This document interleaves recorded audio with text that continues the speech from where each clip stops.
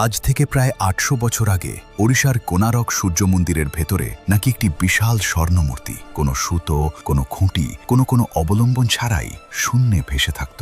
শুনতে অবিশ্বাস্য, তাই না? তাহলে প্রশ্ন আসে, এটা কি কোনো জাদু ছিল, নাকি এর পেছনে ছিল এমন কোনো বিজ্ঞান যা আজও আমাদের ভাবিয়ে তোলে? অনেকে মনে করেন এটি ছিল প্রাচীন ভারতের এক বিস্ময়কর প্রযুক্তি, ম্যাগনেটিক লেভিটেশন।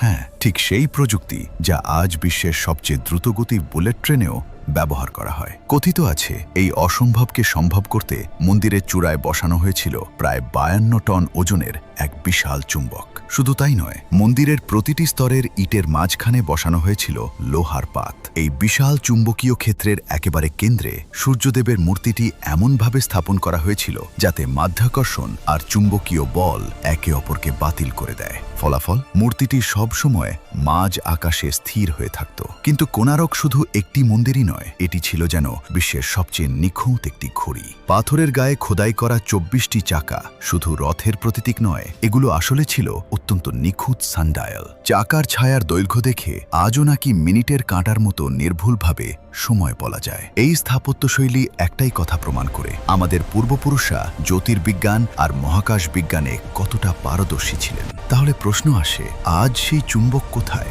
একটি প্রচলিত কাহিনী অনুযায়ী মন্দিরের এই শক্তিশালী চুম্বকীয় ক্ষেত্র নাকি সমুদ্র দিয়ে যাওয়া বিদেশি জাহাজগুলোর কম্পাস নষ্ট করে দিত। জাহাজগুলো দিক হারিয়ে অজান্তেই মন্দিরের দিকে আকর্ষিত হতো আর অনেক সময় ধ্বংস হয়ে যেত।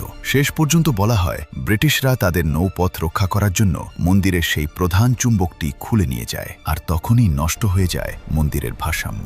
ধীরে ধীরে এই বিশাল স্থাপত্যটি ভেঙে পড়তে শুরু করে। ১৯০৩ সালে লর্ড কার্জন মন্দিরের ভেতর বালু ভরে দেন এবং সবকটি প্রবেশপথ বন্ধ করে দেন, যাতে বাকি অংশটুকু আর ধসে না পড়ে। সেই থেকেই আজ পর্যন্ত মন্দিরের আসল গর্ভগৃহ মানুষের কাছে এক অমীমাংসিত রহস্য। কোনারক শুধু একটি মন্দির নয়, এটি ভারতের গৌরবময় বিজ্ঞানের এক অমর নিদর্শন।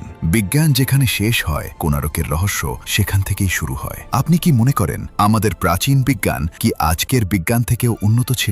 কমেন্টে আপনার মতামত জানাতে ভুলবেন না। আর এমনই রহস্যময় ভিডিও দেখতে আমাদের চ্যানেল এভরিডে আদিনাথ সাবস্ক্রাইব করে আমাদের পাশে থাকুন। ধন্যবাদ সবাইকে। কাল আবার দেখা হবে নতুন কোনো অজানা কাহিনী নিয়ে। ততক্ষণ ভালো থাকুন।